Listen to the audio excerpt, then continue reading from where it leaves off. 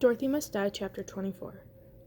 I looked up to see Gert descending from the sky. She landed in the middle of the clearing amidst the strange museum-like menagerie of the lion's still-frozen henchmen. Without a word, she raised her hand, and a solitary lightning bolt appeared from above, coursing silently through her body. I gasped. What was happening? I stared at her squat, round body as it began to glow with energy, her face burning with a fury that was almost inhuman. For the first time, I thought I understood why she called herself wicked now. At that moment, the citizens of Pumperdink, who had just been as frozen as the lion's beastly army, seemed to be released from her spell. They began shouting and scurrying around, scattering in every direction, running for their lives. I looked at Knox. She's using everything she has to hold the beast, he said. But it will take all of her concentration. The lion's too strong for her. We need to protect her until Mombi gets here. She'll know how to finish him. He sprang forward. Let's see how you deal with someone who's not afraid of you, he snarled. He thrust his hands up, and a torrent of sizzling blue energy came shooting out. Growling in anger, the lion leapt through the air and landed with a crash at Knox's feet. But Knox had disappeared. He materialized behind the lion just in time to take a swing at him. If it had been a baseball, Knox would have hit a home run. If the lion had been a normal lion, Knox would have sliced his head clean off from behind. But this wasn't a game, and this lion made the lions I'd seen in the zoo look like kittens. Knox connected with a thwack, but all it did was make the lion mad. He spun around and lunged again, and Knox barely managed to get out of the way in time. I still hadn't moved. I couldn't help it. Maybe Knox wasn't afraid, but I was. But when the lion grazed Knox's cheek with his claw and I saw blood, my body forgot all about fear and sprung into action. I held my knife close, drawing out as much magical power as I could from it. I zapped myself to Knox's side. At last, I was finally getting used to fighting like this. The lion jumped back, momentarily surprised. He hadn't been expecting me, but it only took him a second to get his bearings and charge, unhinging his jaw and leaping for me. I didn't let myself flinch. Instead, I took advantage of the moment and thrust my knife forward into his gaping jaw, hoping that at least there he was vulnerable. I was right. I was lucky. My blade sank into the hilt, and then it pulled out. Hot, sticky blood gushed out of the lion's mouth. He recoiled and let out something that almost sounded like a whimper of pain. At first, I thought I'd actually done it, finished him with that one blow to the spot where he was vulnerable. It would have worked in a video game, but the lion wasn't going to be beaten that easily. With blood still pouring down his face, he pivoted and in a flash wrapped both of his massive paws around Knox's neck. "The runaway," he said in a tone that was velvety and smooth, almost a purr. He was looking at Knox, but it was clear he was talking to me. He cocked his head and sniffed, his nostrils flaring as if he could smell the other place on me. "Everyone in the kingdom is on the lookout for you, little one. I thought I was just out for a snack tonight. I never expected to find you. Dorothy would be so pleased when I bring you back to her. Let's make a trade. You give up and come with me, and I'll let your friend go." Knox's eyes met mine, fierce and sure. "Do not make a deal," they seemed to be saying. "I'm not going anywhere with you," I said, trying to sound more certain than I was. "He doesn't mean anything to me." The lion shook out his mane and gave me a wicked smile. "Very well," he said. He opened his enormous jaws, and as I watched in horror, blue smoke began streaming out of Knox's eye sockets and nostrils. Blue, the color of his magic. Knox began to shake. "Stop!" I screamed. I raised my knife and prepared to throw it, aiming it at the lion's head. But I hesitated. What if I hit Knox instead? What if he didn't work? I had been training, but I still wasn't ready for something like this. As I stood there, paralyzed by self-doubt, Gert whooshed by me in a streak of white light. As she came to a stop, the beastly guards she'd been holding motionless with their spell began to stir to life around us. They were still looking dazed and sluggish, but it would only be a matter of time before they recovered their bearings. In other words, we were screwed. Gert clapped her fists together, and as she pulled them apart, Knox went flying from the lion's grip and landed in the grass a few feet away. "Take me instead," Gert hissed at the lion.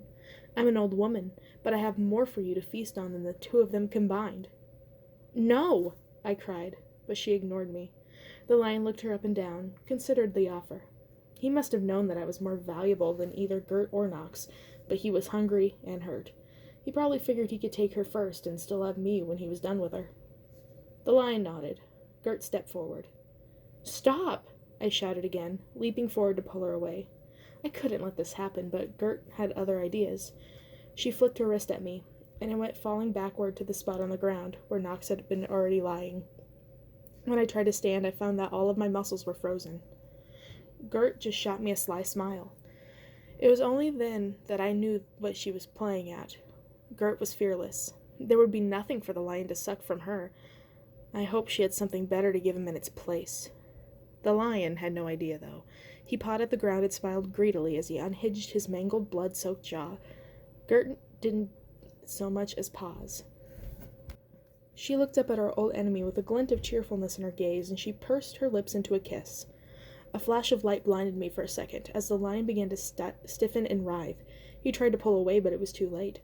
The stream of energy coursing between his mouth and Gert's was white, not blue like before, and it was coming from the lion, not from her.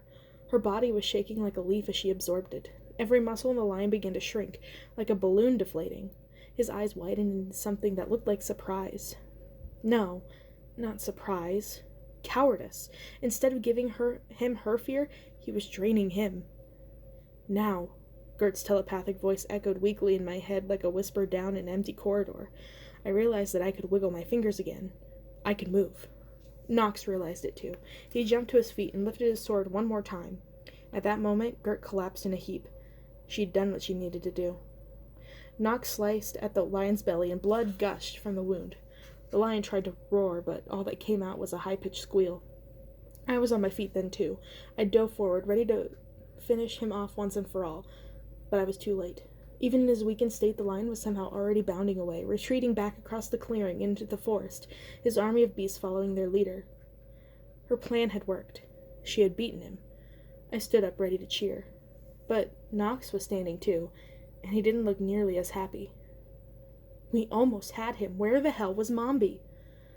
I had been wondering that too, but when I saw that Gert was still on the ground, everything else went out of my head. She wasn't moving. She was lying in front of us like an overstuffed rag doll. Her arms and legs played out at the wrong angles. Gert! I knelt by the witch's side. Knox was already crouched over her, trying to pull her up into his chest. Hold on, Knox was whispering. Mombi's on her way. We'll get you to the spring. Gert's lips trembled. She was trying to smile. For me. For Knox. But her soft, fleshy body was spreading out into formlessness, almost like she was melting before my eyes as she sprawled, convulsing, on the ground. What she had taken from the lion must have been too much to absorb, even for her. The green grass beneath her turned from green to brown to black, charred dirt. It was as if someone had taken a torch to it. Knox placed his palms on Gert's chest and bit his lip in concentration. Blue sparks glittered at his fingertips, but immediately petered out. Come on, I muttered, willing his magic to work. He did it again and again. Nothing. Suddenly, Gert's arm shot up, and she grabbed my wrist, clutching tight. Her lips began to move. She was mumbling something under her breath. At first it sounded like she was speaking a different language, but when her lips stopped moving, I was able to understand her words in my mind. It was an incantation. North, south, east, west, wind, fire, sun, earth. Protect her and keep her. Protect her and keep her. Now I was crying. Gert, I managed to say. Please, I need you. Knox was ignoring us, still trying desperately to use his magic to bring her back from the brink. Come close, dear, Gert gasped. Her face was once again the warm, kind face I'd seen when I'd woken up in the caves frightened and alone. I saw the witch, good or wicked, it didn't matter anymore, who had comforted me and fed me, who had helped me find my magic. I leaned in over her. She tilted her head up and kissed me on the brow. I felt warmth wash over me. It started where her lips met my forehead and bloomed all over, until my skin was somehow coated in Gert's kiss. Gert, no, I gasped. What had she done? She needed every bit of strength to hold on. Whatever she had given me, I didn't want it. I didn't want to say goodbye. This will keep you safe, Gert said. You have to do something, I croaked at Knox, tears streaming down my cheeks. He had finally given up and sat back and had silently watched Gert bestow her kiss upon me. Please, save her. Use your magic. You have to. Knox shook his head sadly. There's nothing I can do, he said, looking away. Gert looked up at me. It has to be you, child. You have to do it, she said weakly. Do what? I asked, somehow believing that as long as I held on to her gaze, then she would hold on to me. You have to kill Dorothy, Amy.